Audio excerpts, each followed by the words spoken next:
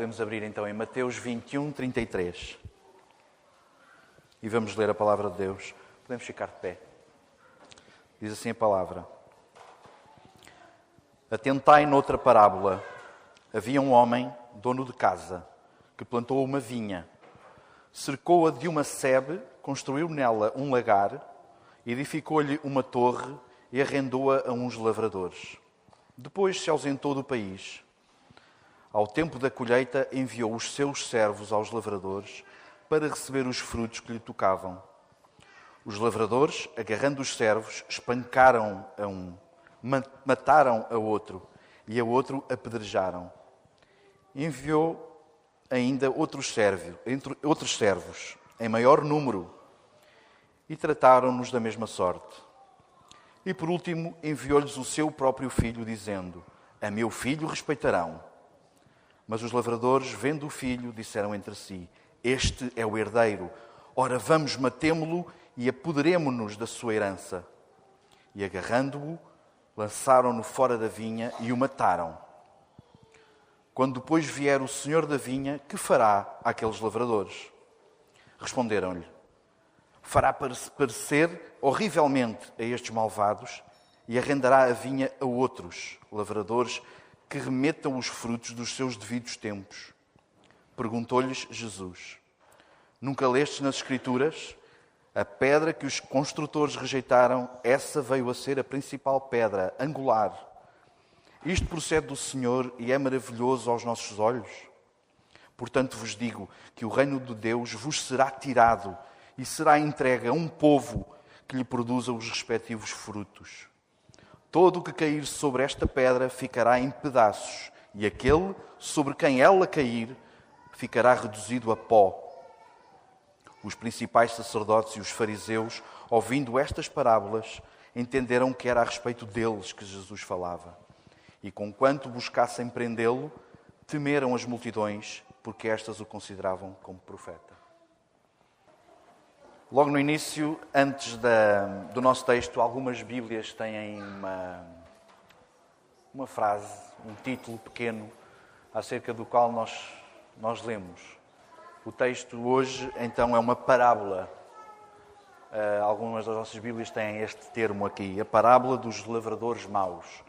E também no versículo 45, os principais sacerdotes e fariseus ouviram estas parábolas. O que é uma parábola? É importante percebermos primeiro o que é uma parábola. Uma parábola é uma história contada utilizando imagens que indiretamente representam outras e que são reais, com um propósito final de indicar uma verdade. E esta parábola de Jesus é contada com muitas destas imagens. Ouvimos nesta parábola acerca de um dono, um senhor, um proprietário, acerca de uma vinha, acerca de um arrendamento, o empréstimo a uns lavradores. E ouvimos que o senhor tinha servos e um filho. Estas são as imagens mais fundamentais para nós hoje. Vamos colocar-nos nos ouvidos das pessoas que estavam a ouvir estas parábolas e que ouviram Jesus nesta ocasião em particular. Todos os que estavam a ouvir naquele momento eram judeus, na sua maioria,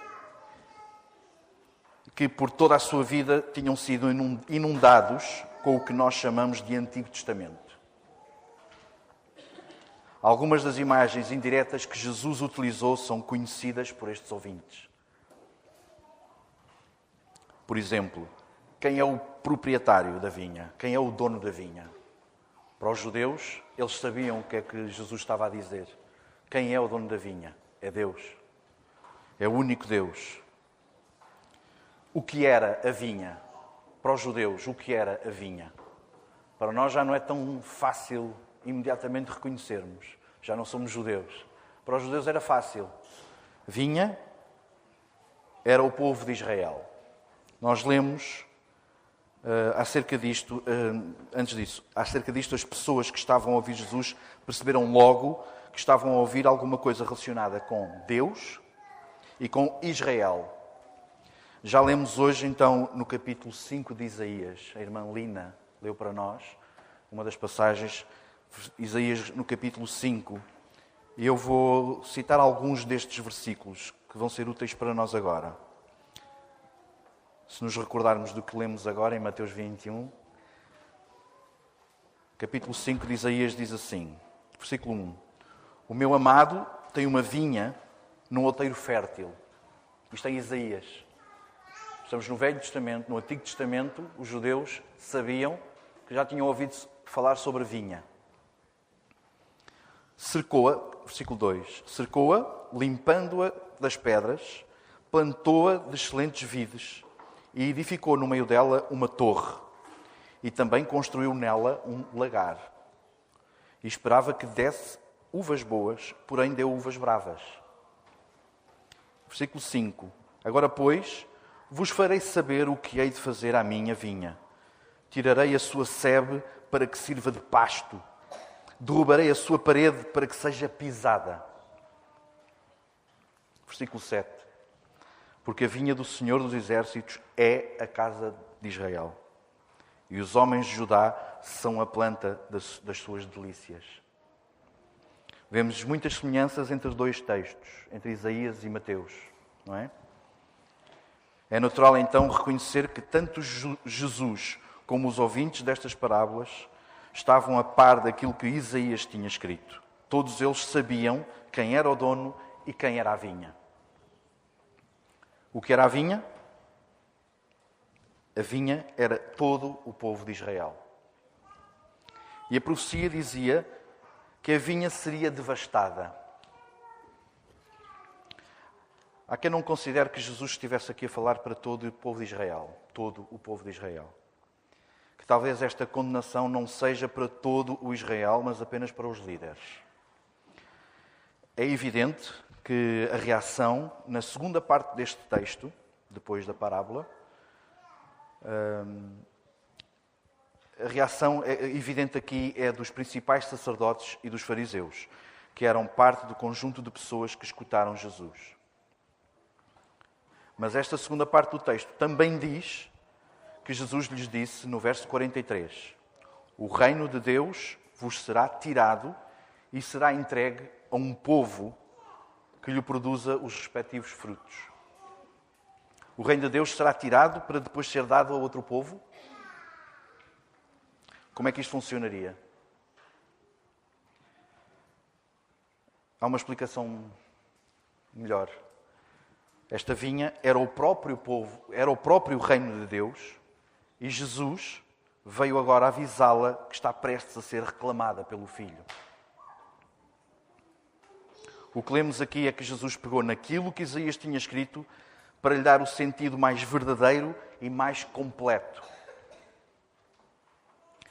E há algumas diferenças entre o texto, entre os dois textos, em Isaías e Mateus. As principais diferenças são adições, soma. Jesus pegou no texto de Isaías, que todos conheciam, e adicionou-lhes alguns ingredientes que dão sentido mais completo ao texto de Isaías. E qualquer destas adições não estão presentes no texto de Isaías, porque à época de Isaías, em certo sentido, nenhuma delas existia. Portanto, há uma característica temporal que Jesus pôde aproveitar para incluir na parábola estas três adições. Os lavradores, os servos e o filho. A primeira adição são os lavradores. Quem são os lavradores? Os acontecimentos da segunda parte do nosso texto, logo após o final da parábola, outra vez, dão-nos alguma luz, mas a próxima adição de personagens esclarece melhor quem são estes lavradores. E a próxima adição é então servos. São os servos do dono. Quem são os servos que foram enviados pelo dono? Já vimos que a vinha é de facto Israel.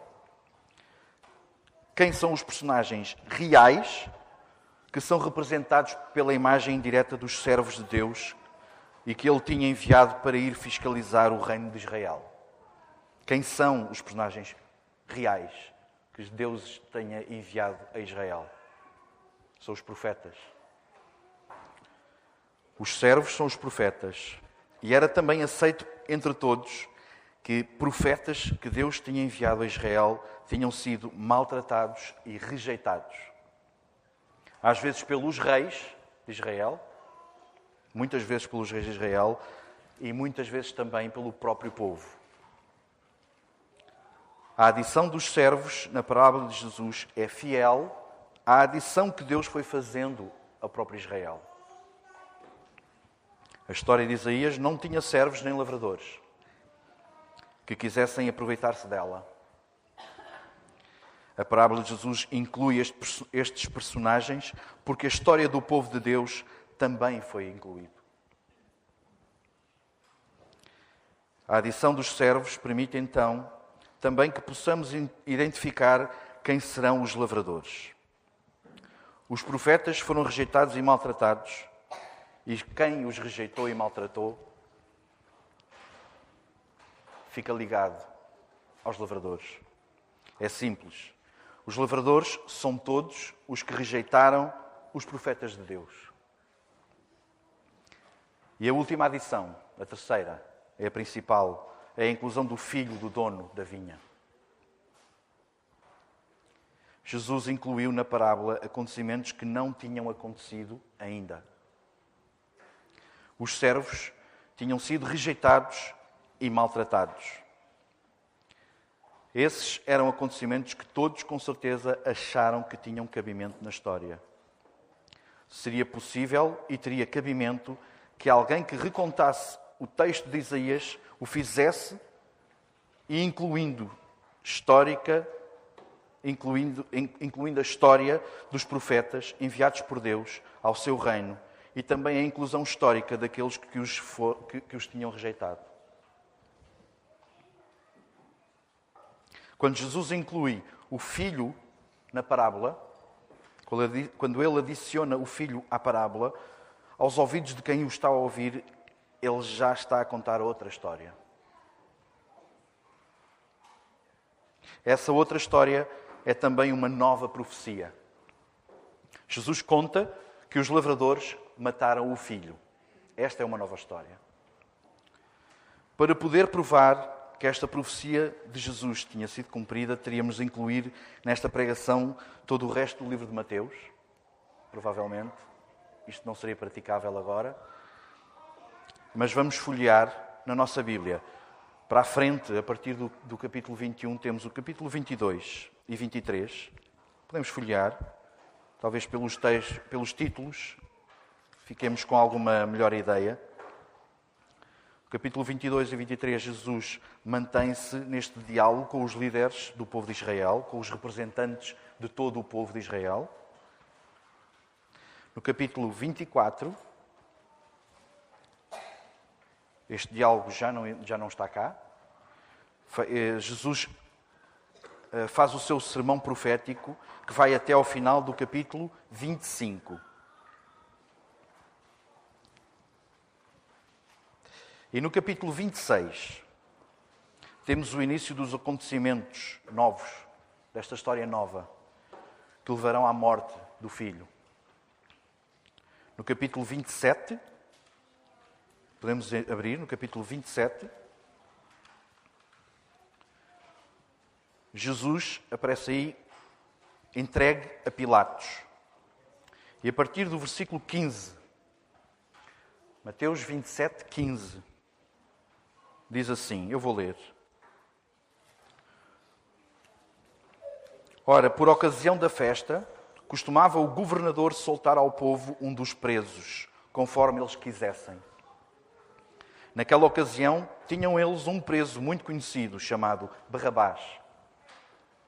Estando, pois, o povo reunido, perguntou-lhes Pilatos: a quem quereis que eu vos solte?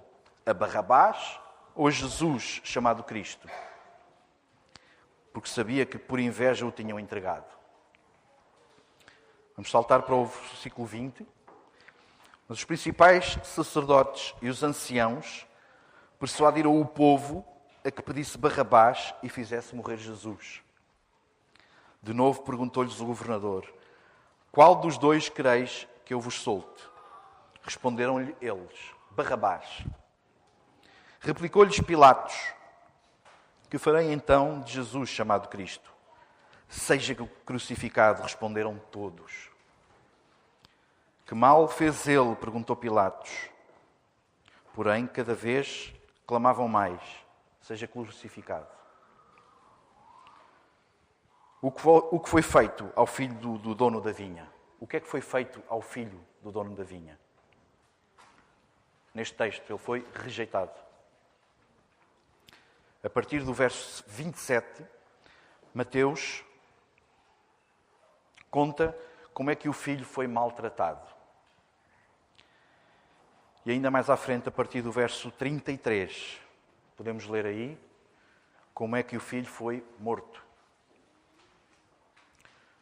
Jesus é o filho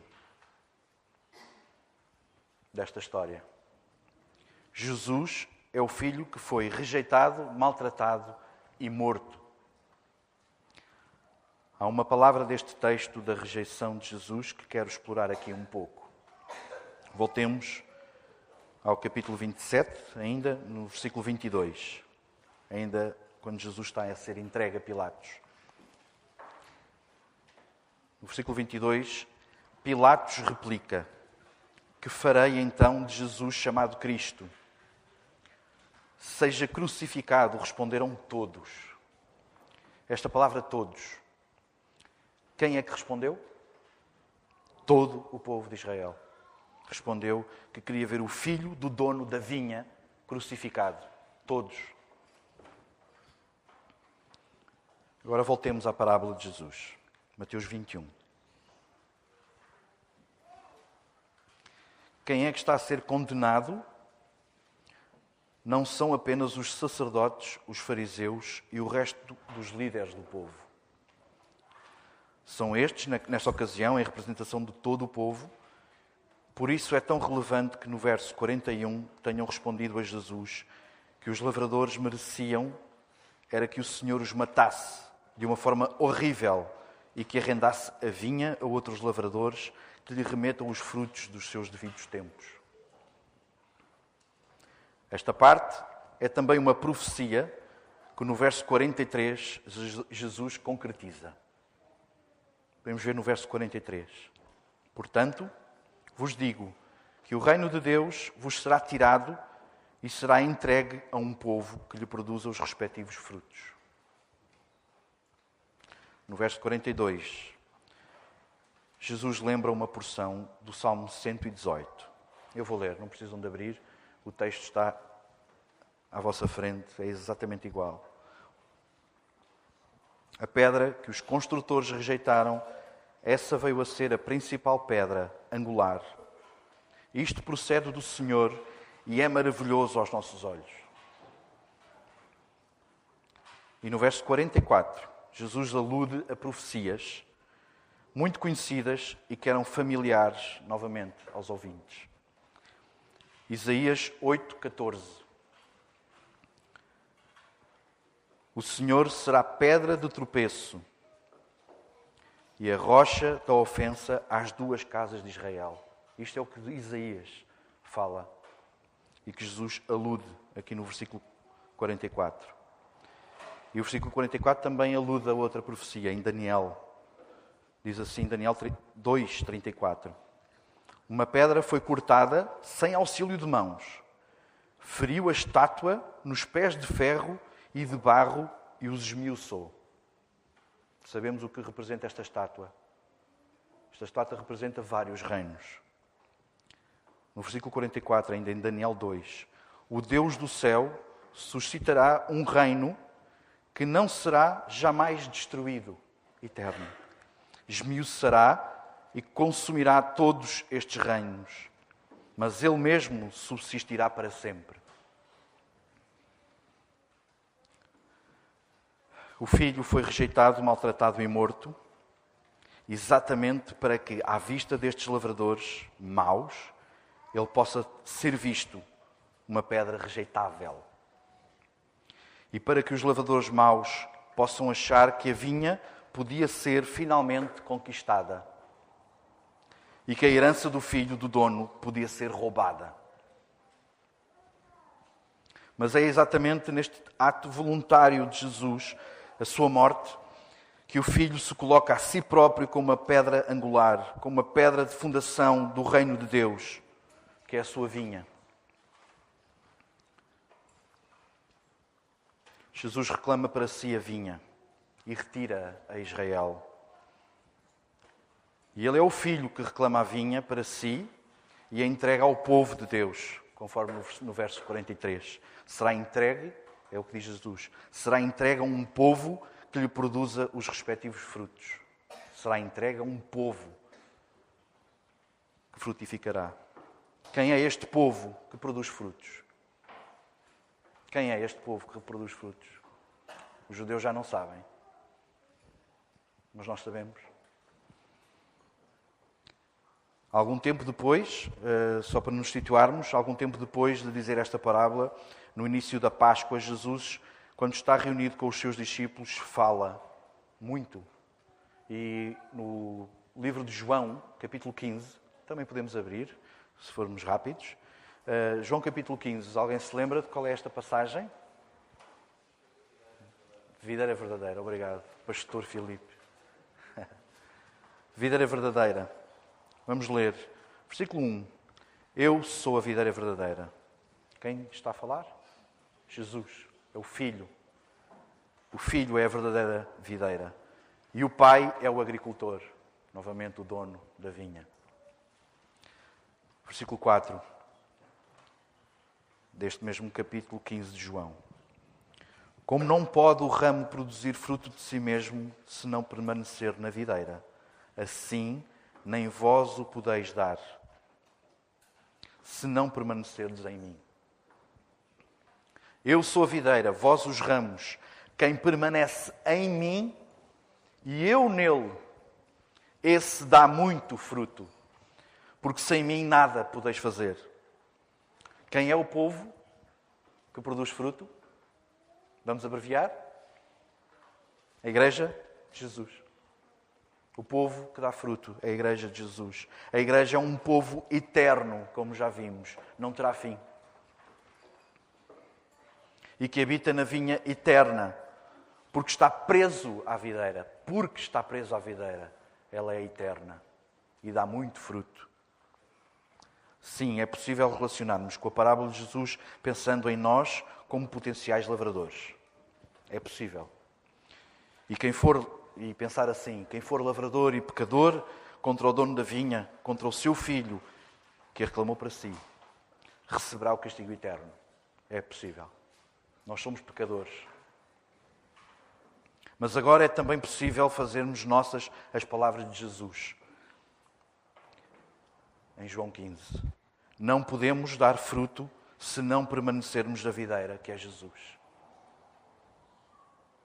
Se até aqui rejeitamos o que Deus nos deu através do seu Filho, o Espírito Santo é poderoso para nos dar a alegria e o entusiasmo de sermos incluídos neste povo eterno. É possível desprezarmos e ridicularizarmos. É possível, novamente, é possível desprezarmos e ridicularizarmos a possibilidade de sermos incluídos no povo eterno por acharmos mais riqueza noutro lugar qualquer. Ou então, pelo contrário, mesmo sabendo que não damos fruto, nós não damos fruto a partir de nós próprios, e que por isso não somos merecedores de fazer parte desta vinha, como lavradores, quando ouvimos a voz de Jesus, largamos tudo e seguimos-lo. Quando ouvimos a voz de Jesus, largamos tudo e seguimos-lo. Lembramos a pregação do pastor semana passada? Largamos tudo para o seguir. Os discípulos de Jesus ouviram a voz do Senhor, largaram pais, largaram empregos, largaram tudo para seguir Jesus. É isso, o efeito da voz de Jesus sobre aqueles que o querem seguir. Aliás, esta é a diferença entre os lavradores maus e o povo a quem foi entregue a vinha eterna. Esta é a diferença. Os que não querem saber do dono e do filho para nada e que vivem como se fossem merecedores de tudo o que a vinha dá. Podemos ser estes? Os que não querem saber do dono e do filho para nada e que vivem como se fossem merecedores de tudo o que a vinha nos dá. Ou então, os que sabem que não merecem a vinha, mas porque estão ligados à videira, que é o filho, por isso a recebem. Nós sabemos que não merecemos a vinha. Nós não somos lavradores se percebermos que não merecemos a vinha. Mas estamos ligados à videira, que é o filho, e por isso recebemos a vinha. É o filho que a dá. Para terminar, que o Espírito Santo nos lembre que é um enorme privilégio sermos chamados para pertencermos ao povo de Deus. É um privilégio. Que o Espírito Santo nos ajude a percebermos isto e a lembrarmos-nos disto. No próximo domingo, mesmo para terminar, no próximo domingo, estaremos a batizar. Estaremos a batizar aqueles que ouviram a voz de Jesus e largaram tudo para seguir Jesus. Samuel, a Isabel, a Vera, o Jónatas e o Tomás. Nenhum deles reclamou para si a vinha. Eles não creem que são merecedores. Eles querem ligar-se à vida que é Jesus. Eles querem ligar-se à videira que é Jesus. E por isso já fazem parte deste povo eterno. Queremos nós fazer isto todos os dias também. Que Deus nos ajude.